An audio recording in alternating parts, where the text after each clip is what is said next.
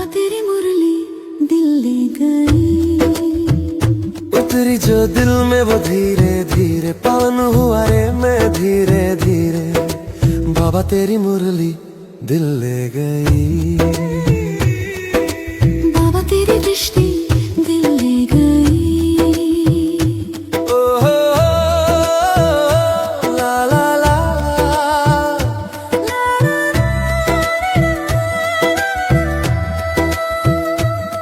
बाबा तुझसे मिलकर ये जाना है, होता क्यों दिल ये दीवाना है, ते कर लिया तुम्हें पाना। ओम शांति। आज हम बाबा की 17 अप्रैल 2026 की साकार मुरली सुनेंगे। प्रातः मुरली ओम शांति बाप दादा मधुबन। आज प्यारे मीठे बाबा बोले, मीठे बच्चे पावन बनो तो रूहानी सेवा के लायक बनेंगे। क्या बनो तो पावन, पावन बनो तो रूहानी सेवा के लायक बनेंगे। देही अभिमानी बच्चे रूहानी यात्रा पर रहेंगे और दूसरों को भी यही यात्रा कराएंगे। देही अभिमानी बच्चे रूहानी यात्रा पर रहेंगे और दूसरों को भी यही यात्रा कराएंगे। आज का प्रश्न है, संगम युग पर तुम बच्चे जो कमाई करते हो यही सच्ची कमाई है। कैसे? संगम युग पर तुम बच्चे जो कमाई करते हो यही सच्ची कमाई है, लेकिन कैसे? उत्तर है, अभी की जो कमाई है वह 21 जन्म तक चलती है। अभी की जो कमाई है बाबा कहते वह 21 जन्म तक चलती है। इसका कभी भी देवाला नहीं निकलता। ज्ञान सुनना और सुनाना, याद करना और कराना, यही है सच्ची सच्ची कमाई, जो सच्चा सच्चा बाप ही तुम्हें सिखलाता है। तो ऐसी कमाई सारे कल्प में कोई भी कर ना सके, दूसरी कोई भी कमाई साथ नहीं चलती है। क्या कहा शिव बाबा ने कि ऐसी कमाई सारे कल्प में कोई भी कर ना सके, दूसरी कोई भी कमाई साथ नहीं चलती। गीत है, हमें उन राहों पर चलना है। अच्छा, ओम शांति ओम शांति। भक्ति मार्ग में तो बच्चों ने बहुत ठोकरें खाई हुई हैं। भक्ति मार्ग में तो तुम बच्चों ने बहुत ठोकरें खाई हुई हैं। भक्ति मार्ग में बहुत ही भावना से यात्रा करने जाते हैं। भक्ति मार्ग में बहुत ही भावना से यात्रा करने जाते हैं। रामायण आदि सुनते हैं, ऐसे प्रेम से बैठ कहानियाँ सुनते हैं जो रोना भी आ जाता है। हमारे भगवान की सीता भगवती को रावण डाकू ले गया, फिर सुनने समय बैठ रोते हैं। तो यह है सब दंत कथाएँ, जिससे फ़ायदा कुछ भी नहीं। पुकारते भी हैं, हे पतित पावन आओ, आकर हम दुखी आत्माओं को सुखी बनाओ। यह नहीं समझते कि आत्मा दुखी होती है, क्योंकि वह तो आत्मा को निर्लेप कह देते हैं। समझते हैं आत्मा सुख दुख से न्यारी है, समझते हैं आत्मा सुख दुख से न्यारी है। यह क्यों कहते हैं? क्योंकि समझते हैं कि परमात्मा सुख दुख से न्यारा है। तो बच्चे फिर सुख दुख में कैसे आएंगे? बाबा कहते हैं कि समझते हैं कि आत्मा सुख दुख से न्यारी है। यह क्यों कहते हैं? क्योंकि समझते हैं कि परमात्मा सुख दुख से न्यारा है। तो फिर बच्चे फिर सुख दुख में कैसे आएंगे? तो इन सब बातों को अब बच्चों ने समझा है। इस बाबा कहते ज्ञान मार्ग में भी कभी ग्रहचारी बैठती है, कभी कुछ होता है, कभी प्रफुल्लित रहते हैं, कभी मुरझाया हुआ चेहरा रहता है। तो यह होती है माया से लड़ाई। यह क्या होती है? माया से लड़ाई। तो माया पर ही जीत पानी है। जब बेहोश होते हैं तब संजीवनी बूटी दी जाती है। क्या संजीवनी बूटी देते हैं? मन मना भव। भक्ति मार्ग में चहचटा बहुत है, माना दिखावा बहुत है।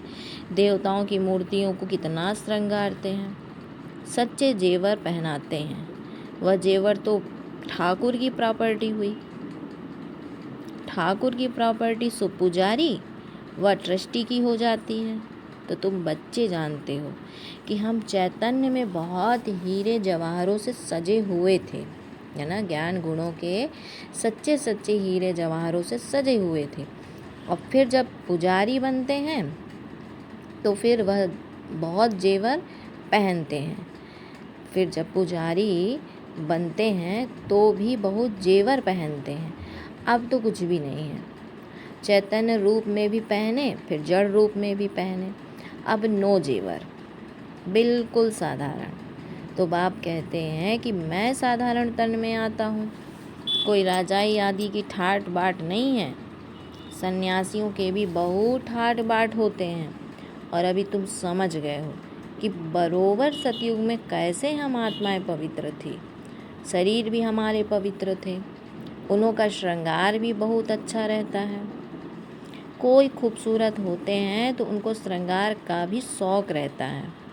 तुम भी खूबसूरत थे तो बहुत अच्छे अच्छे जेवर पहनते थे, हीरों के बड़े हार आदि पहनते थे। यहाँ हर चीज़ सावरी है। देखो गौएं भी सावरी होती गई हैं।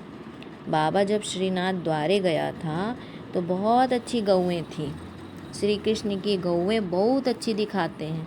यहाँ तो देखो कोई कैसे कोई कैसे कोई, क्योंकि कलयुगी हैं, ऐसी गौएं वहाँ होती ही नहीं। तुम बच्चे विश्व के मालिक बनते हो, तुम्हारी सजावट भी वहाँ ऐसी सुंदर रहती है। विचार करो, गौएं तो ज़रूर होनी चाहिए। वहाँ की गौओं का गोबर भी कैसा होता होगा, कितनी ताकत होगी।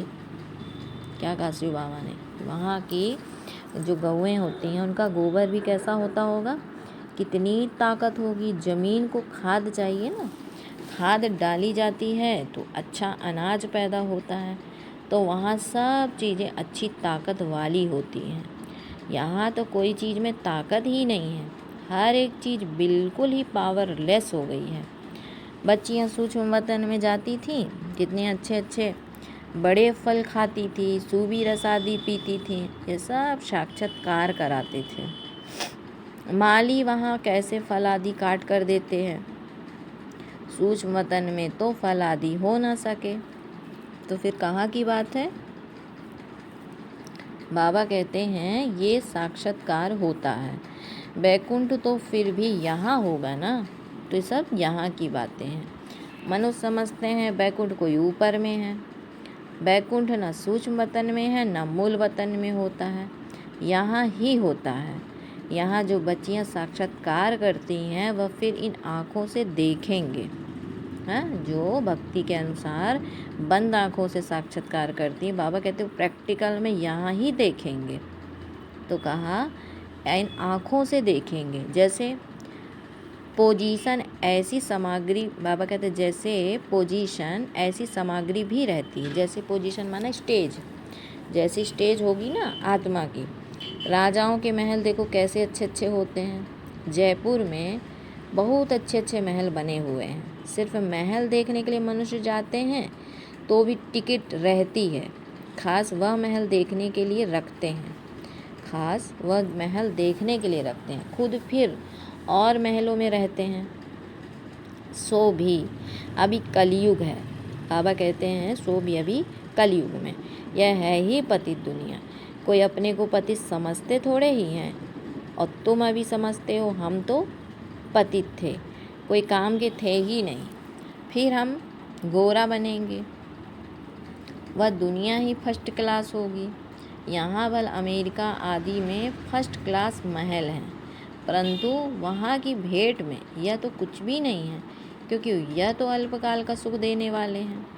वहाँ तो फर्स्ट क्लास महल होते हैं, फर्स्ट क्लास गौएं होती हैं, वहाँ ग्वाले भी होते हैं। श्री कृष्ण को ग्वाला कहते हैं ना। यहाँ जो गौओं को संभालने वाले हैं वह कहते हैं हम गुजर, माने ग्वाले हैं। श्री कृष्ण के वंशावली हैं। वास्तव में श्री कृष्ण के वंशावली नहीं कहेंगे, श्री कृष्ण की राजधानी कहेंगे। श्री कृष्ण के वंशावली नहीं कहेंगे, क्या कहेंगे, श्री कृष्ण की राजधानी के कहेंगे। साहूकारों के पास गौएं होंगी तो गुजर संभालने वाले भी होंगे, है ना, ग्वाले भी होंगे। तो यह गुजर नाम सतयुग का है। गुजर कल की बात है, देखो आगे ना, कल की बात है। कल हम आदि सनातन देवी देवता धर्म के थे, फिर पतित बने हैं तो अपने को हिंदू कहला देते हैं।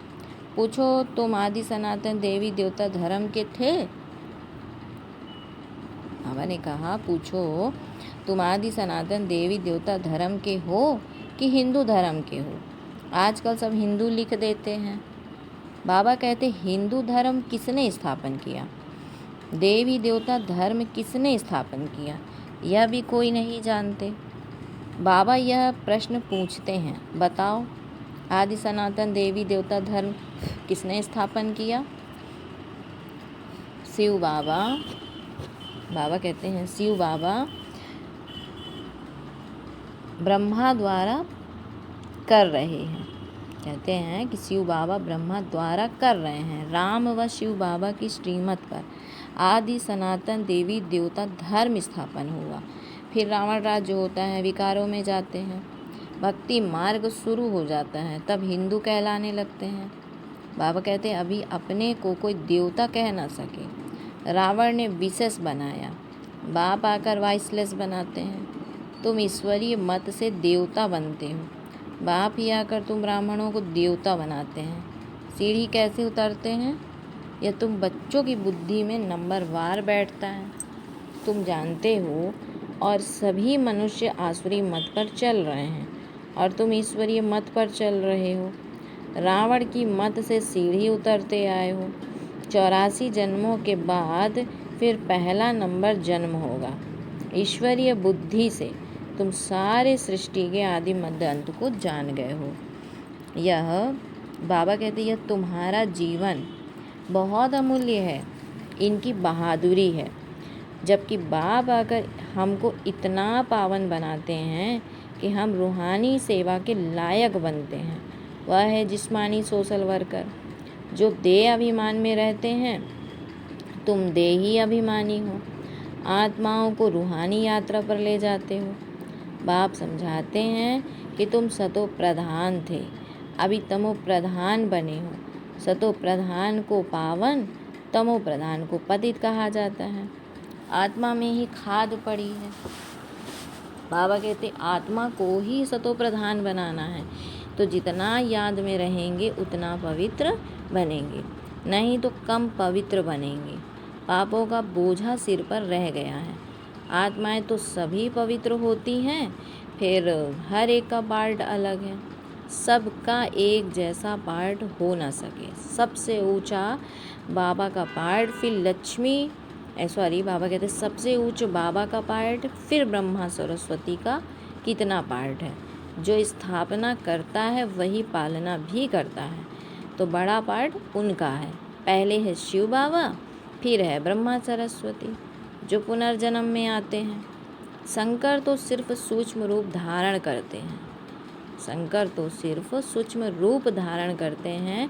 ऐसा नहीं कि शंकर कोई शरीर का लोन लेते हैं। श्री कृष्ण को अपना शरीर है, यहाँ तो सिर्फ शिव बाबा शरीर का लोन लेते हैं। पतित शरीर पतित दुनिया में आकर सेवा करते हैं, मुक्ति जीवन मुक्ति में ले जाने की। पति दुनिया पति शरीर में आके सेवा करते हैं, मुक्ति जीवन मुक्ति में ले जाने की। तो पहले मुक्ति में जाना पड़े। नॉलेजफुल एक ही बाप पतित पावन है, उनको ही कहते हैं शिव बाबा। शंकर को बाबा कहते शोभता नहीं है। शिव बाबा अक्षर बहुत मीठा है।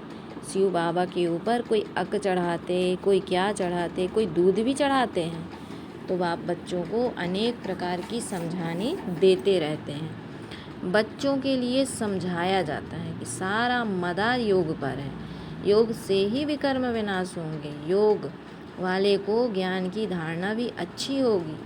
अपनी धारणा में चलते रहेंगे क्योंकि फिर सुनाना भी पड़ता है। यह है नई बात। भगवान ने जिन्हों को डायरेक्ट सुनाया उन्होंने ही सुना, फिर तो यह ज्ञान रहता ही नहीं। तो अभी बाप तुमको जो सुनाते हैं वह अभी तुम सुनते हो। धारणा होती है, फिर तो प्रारब्ध का पाठ बजाना होता है। ज्ञान सुनना सुनाना अभी होता है, सतयुग में यह पार्ट नहीं होगा। वहाँ तो है ही प्रारब्ध का पार्ट। मनुष्य बैरिस्टरी पढ़ते हैं, फिर बैरिस्टर बन कमाते हैं, तो यह कितनी बड़ी कमाई है। इनको दुनिया वाले नहीं जानते, तुम जानते हो। सच्चा बाबा हमको सच्ची कमाई करा रहे हैं, इनका कभी देवाला निकल ना सके। और अभी तुम सच की कमाई करते हो, वह फिर 21 जन्म साथ रहती है। वह कमाई साथ नहीं देती, यह साथ देने वाली है, तो ऐसी कमाई को साथ देना चाहिए। बाबा कहते यह बातें तुम्हारे सिवा और कोई की बुद्धि में नहीं है। तुम्हारे में भी घड़ी घड़ी कोई भूल जाते हैं। बाप पर वर्षे को भूलना नहीं चाहिए। बस बाबा कहते बस बात एक ही है कि बाप को याद करो। जिस बाप से 21 जन्म का वर्षा मिलता है, 21 जन्म निरोगी काया रहती है, बुढ़ापे तक अकाले मृत्यु नहीं होती। तो बच्चों को कितनी खुशी होनी चाहिए। बाप की याद है मुख्य, इसमें ही माया विघ्न डालती है, तूफान लाती है। अनेक प्रकार के तूफान आते हैं। तुम कहेंगे बाप को याद करूं, परंतु कर नहीं सकेंगे। याद में ही बहुत फेल होते हैं, योग की बहुतों में कमी है। तो जितना हो सके योग में मजबूत होना चाहिए। बाकी चीज़ और झाड़ का ज्ञान कोई बड़ी बात नहीं है। क्या कहा शिव बाबा ने? बाकी बीज और झाड़ का ज्ञान कोई बड़ी बात नहीं है। क्या कहते बाबा? मुझे याद करो। मुझे याद करने से, मुझे जानने से तुम सब कुछ जान जाएंगे। याद में ही सब कुछ भरा हुआ है। स्वीट बाबा, शिव बाबा को याद करना है। ऊंच ते ऊंच है भगवान, श्रेष्ठ ते श्रेष्ठ वह है। ऊंच ते ऊंच वर्षा देते हैं 21 जन्मों के लिए, सदा सुखी अमर बनाते हैं। तुम अमरपुरी का मालिक बनते हो। तो ऐसे बाप को बहुत याद करना चाहिए।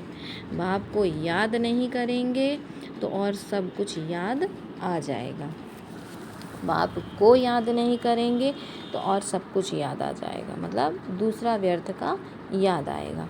अच्छा, मीठे मीठे सिकिल्दे बच्चों प्रति माता पिता बाप दादा का याद प्यार और गुड मॉर्निंग। रूहानी बाप की रूहानी बच्चों को नमस्ते। हम रूहानी बच्चों की रूहानी माता पिता बाप दादा को याद प्यार, गुड मॉर्निंग और नमस्ते। फिर है धारणा के लिए मुख्य सार।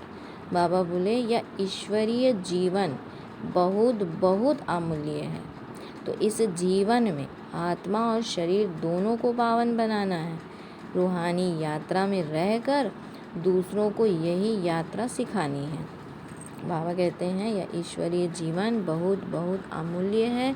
इस जीवन में आत्मा और शरीर दोनों को पावन बनाना है। रूहानी यात्रा में रहकर दूसरों को यही यात्रा सिखानी है। दूसरा पॉइंट है जितना हो सके सच की कमाई में लग जाना है। निरोगी बनने के लिए याद में मजबूत होना है। बाबा कहते हैं जितना हो सके सच की कमाई में लग जाना है। निरोगी बनने के लिए याद में मजबूत होना है। फिर बाबा बच्चों को वरदान देते हैं, शरीर को ईश्वरीय सेवा के लिए अमानत समझकर कार्य में लगाने वाले नष्टो मोहा भव। शरीर को ईश्वरीय सेवा के लिए अमानत समझकर कार्य में लगाने वाले नष्टो मोहा भव। डिटेल है, जैसे कोई की अमानत होती है, जैसे कोई की अमानत होती है तो अमानत में अपनापन नहीं होता, ममता भी नहीं होती है। तो यह शरीर भी ईश्वरीय सेवा के लिए एक अमानत है। तो यह अमानत रूहानी बाप ने दी है, तो ज़रूर रूहानी बाप की याद रहेगी।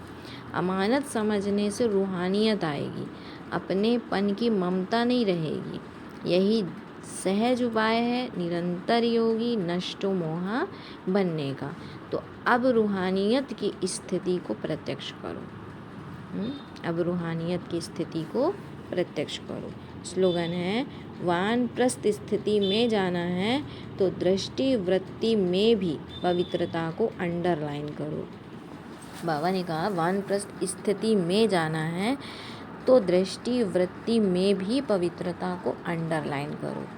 आज का व्यक्ति सारा है, आपका हर बोल महान हो, हर मनसा संकल्प हर आत्मा के प्रति मधुर हो, हर एक को ऊंचा उठाने का स्वभाव, मधुरता का स्वभाव, निर्माणता का स्वभाव हो। मेरा स्वभाव ऐसा है, यह कभी नहीं बोलना मेरा कहाँ से आया।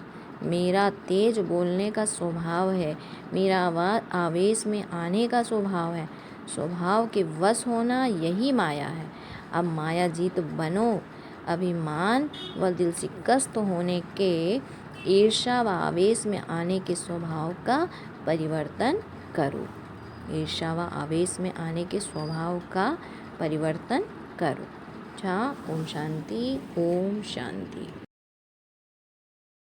मेरी बातों में तुम, मेरी सांसों में तुम, मेरी राहों में तुम, बोले मेरी धड़कन धीरे धीरे, बोले मेरी तड़पन धीरे धीरे, हो बोले मेरी धड़कन धीरे धीरे, बोले मेरी तड़पन धीरे धीरे। बाबा तेरी मुरली दिल ले गई, बाबा तेरी दृष्टि दिल ले गई।